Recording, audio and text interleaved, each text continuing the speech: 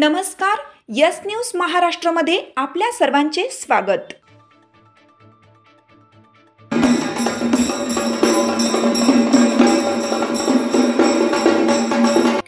बंडखोर मीडिया ग्रुपचा महाराष्ट्र अभिमान पुरस्कार सोहळा उत्साहात, 40 मान्यवरांचा राज्यस्तरीय गौरव। कोल्हापूर जिल्ह्यातील पेठवडगाव येथील बंडखोर मीडिया ग्रुप तर्फे आयोजित 7वा राज्यस्तरीय महाराष्ट्र अभिमान पुरस्कार वितरण सोहळा मोठ्या उत्साहात पार पडला। सामाजिक, राजकीय, शैक्षणिक, औद्योगिक, वैद्यकीय, कृषी, क्रीडा, सहकार, साहित्यिक आणि कला क्षेत्रात उल्लेखनीय योगदान देणाऱ्या तब्बल 40 मान्यवरांचा यावेळी सन्मान करण्यात आला। कार्यक्रमाचे उद्घाटन सुप्रसिद्ध कवी व व्याख्याते अनंत राऊत यांच्या हस्ते झाले। प्रमुख पाहुणे पेठवडगावच्या माजी नगराध्यक्ष विद्याताई Pol, Republican Party of India Athawale गट राज्य संघटन सचिव प्राध्यापक शहाजी कांबळे, तहसीलदार दिनकर खोत, पश्चिम महाराष्ट्र आरपी अध्यक्षा रूपाताई वायदंडे, डी प्रदीप पाटील, सिने अभिनेत्री अश्विनी इरोळे, तेजल किशोरे, राजकुमारी देसाई, दिग्दर्शक भाऊसाहेब इरोळे, अभिषेक खोत आणि रमेश इंगवले यांची मान्यवर म्हणून उपस्थिती होती। या सोहळ्याचे उत्कृष्ट नियोजन बंडखोर मीडिया ग्रुपचे अध्यक्ष शिवाजीराव आवळे व आलेश नांगरे, सुरेश आवळे, अभिषेक भंडारे, शशिकांत वायदंडे, विजय लोखंडे, राहुल दिंडे, भालचंद्र दबडे, अजय सावळे, प्रवीण फाळके, रोहित दबडे, हर्षवर्धन आवळे, समर्थ पाडळे, तन्मय पाडळे यांनी केलं। कार्यक्रमात गायक संदीप देसाई आणि लहानग्या गायिका सृष्टी देसाई यांच्या सुरेल सादरीकरणाने कार्यक्रमात रंग भरला। तर लावणी सम्राज्ञी आकांक्षा कुंभार यांच्या लावणींनी उपस्थित प्रेक्षक मंत्रमुग्ध झाले। ढोलकी सम्राट सतीश डवरी, संबळ वादक अनिरुद्ध कोळी आणि ढोलकी वादक बागडी यांच्या जुगलबंदीने वातावरण दणाणून गेलं। झी टीव्ही हास्य सम्राट फेम संजय सावर्डेकर यांच्या मिमिक्री सादरीकरणासह कवी अनंतराव राऊत यांच्या विचार प्रवर्तक आणि विनोदी व्याख्यानांनी सभागृहात हास्याचा कल्लोळ निर्माण झाला। कार्यक्रमाचे सूत्रसंचालन MR पाटील यांनी केलं, तर आभार प्रदर्शन आलेश नांगरे यांनी केलं। हा महाराष्ट्र अभिमान पुरस्कार 2025 सोहळा केवळ सन्मान सोहळा नव्हता, तर तो होता महाराष्ट्राच्या संस्कृती, कला, संगीत आणि समाजकारणाचा एकत्रित महोत्सव, एक खरी सांस्कृतिक पर्वणी। यस न्यूज महाराष्ट्रासाठी राजेश कांबळे।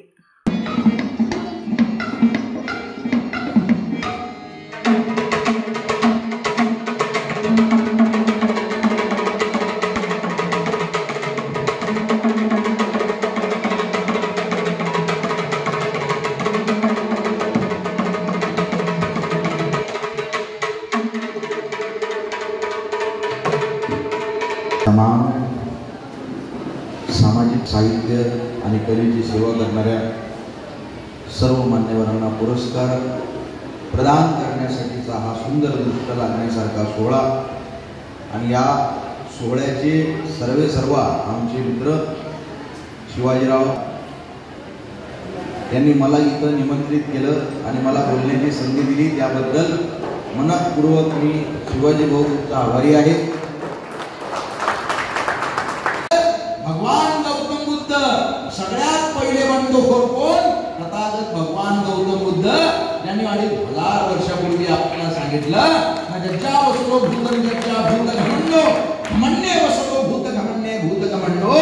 माणूस कुठे जन्माला आला, कुठल्या घरात, कुठल्या कुळात जन्माला आला, यावरनं त्याचं श्रेष्ठत्व ठरत नाही, तर त्याच्या कर्तृत्वावरनं त्याचं श्रेष्ठत्व ठरतं। यावेळी 1000 वर्षापूर्वी आपल्याला सांगणारे तथागत गौतम बुद्ध, दुसरे बंडखोर सत्यशोधक समाजाचे संस्थापक महात्मा ज्योतिबा फुले, सर्वव्यापी जगतपती, त्याची नकोची मध्यस्थी, कर्मकांडन बुवाबाजीला विरोध करणारे महात्मा ज्योतिबा फुले, ज्या एका स्त्रीमुळं महिला एवढ्या मोठ्या संख्येने इथं उपस्थित राहिल्या। मला अभिमान आहे की मी अशा स्टेजवर मगापासून बसलेलो आहे, ज्या स्टेजवर 4 ते 5 महिला इथं विराजमान झालेल्या आहेत। या महिलांना इथपर्यंत पोहोचवण्याचं योगदान ज्या मातेला जातं, त्या क्रांतिकारक क्रांतिज्योती सावित्रीबाई फुले, पहिल्या महिला शिक्षिका फातिमा शेख, त्या शिकागोच्या धर्म परिषदेमध्ये आपली भारतीय संस्कृती जगाला पटवून सांगणारे स्वामी विवेकानंद, जगतवंदनीय जगद्गुरु संत तुकाराम महाराज, जे का रंजले गाजले त्याशी म्हणे जो आपुले आपुलशी साधू ओळखावा देव तेथेची जाणावा मृदू सबाई नवनीत ऐसे सज्जनांचे चित्त दया करणे जे पुत्रासी त्याची दासा आणि दासी जासी अपुंगिता नाही त्यासी धरी जो हृदय तुका म्हणे सांगो किती त्याची भगवंताच्या मूर्ती सगळ्यात आधीचं बंड ज्या तुकोबारायांनी केलं आणि या महाराष्ट्राच्या मातीमध्ये सात्विक भक्ती पेरण्याचं काम केलं ते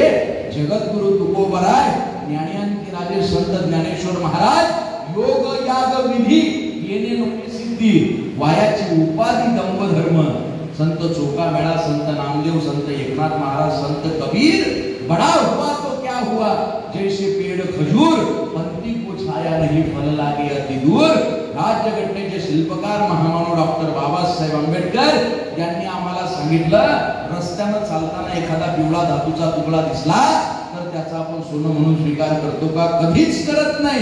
त्याला आपण अग्नीच्या स्वाधीन करतो. जे वितळून जाईल ते फेकून देतो. जे उसळून निघेल त्याचं सोनं म्हणून स्वीकार करतो. मग आमच्या तत्वांबद्दल आम्ही एवढे गाफील का? आमच्या तत्वांना सुद्धा आम्ही ज्ञानाच्या अग्नीत झोकून दिलं पाहिजे. वितळून जाईल ते फेकून दिलं पाहिजे. उसळून निघेल त्याचं सोनं म्हणून स्वीकार केला पाहिजे.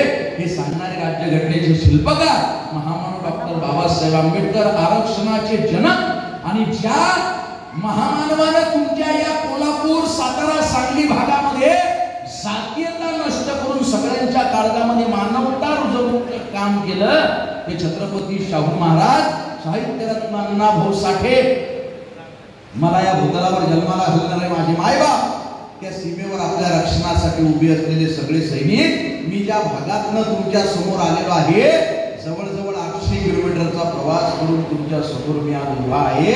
आमच्या भागातले वंदनीय राष्ट्रसंत श्री तुकडोजी महाराज मंदिर में भी है खुदा मस्जिद में भी राम है मंदिर में भी है खुदा मस्जिद में भी राम है दोनों नहीं है पत्थरों में सिर्फ उनका नाम है.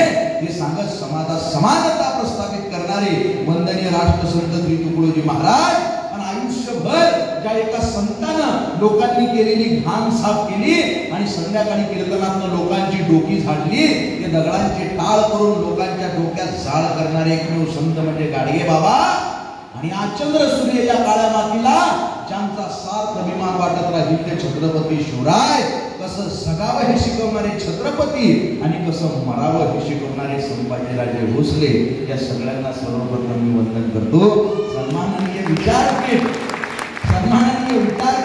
आणि या विचारपीठावर उपस्थित असलेले माझ्यापेक्षा सुद्धा मोठं कर्तृत्व असणारी सगळी लोक माझ्या समोर बसलेली माझ्यापेक्षा 40-50 उन्हाळे पावसाळे जास्त बघितलेली लोक बसलेली आहेत. प्रत्येक बोलणाऱ्याचा आत्मा मानल्या जाणारे आणि ही ज्ञानगंगा समाजाच्या कानाकोपऱ्यात पोहोचवणारे आपण सगळे भगीरथ रूपी छत्रपती शिवरायांचे मावळे बाबासाहेब आंबेडकरांचे चळवळीचे कार्यकर्ते आपल्या सगळ्यांना मी अनंत राहू आमच्या विदर्भातून अकोल्यावरनं मानाचा मुजरा करतो. नमस्कार करतो. हाक तुमची साथ आमची. यस न्यूज महाराष्ट्र चॅनलला लाईक करा व सबस्क्राईब करायला विसरू नका.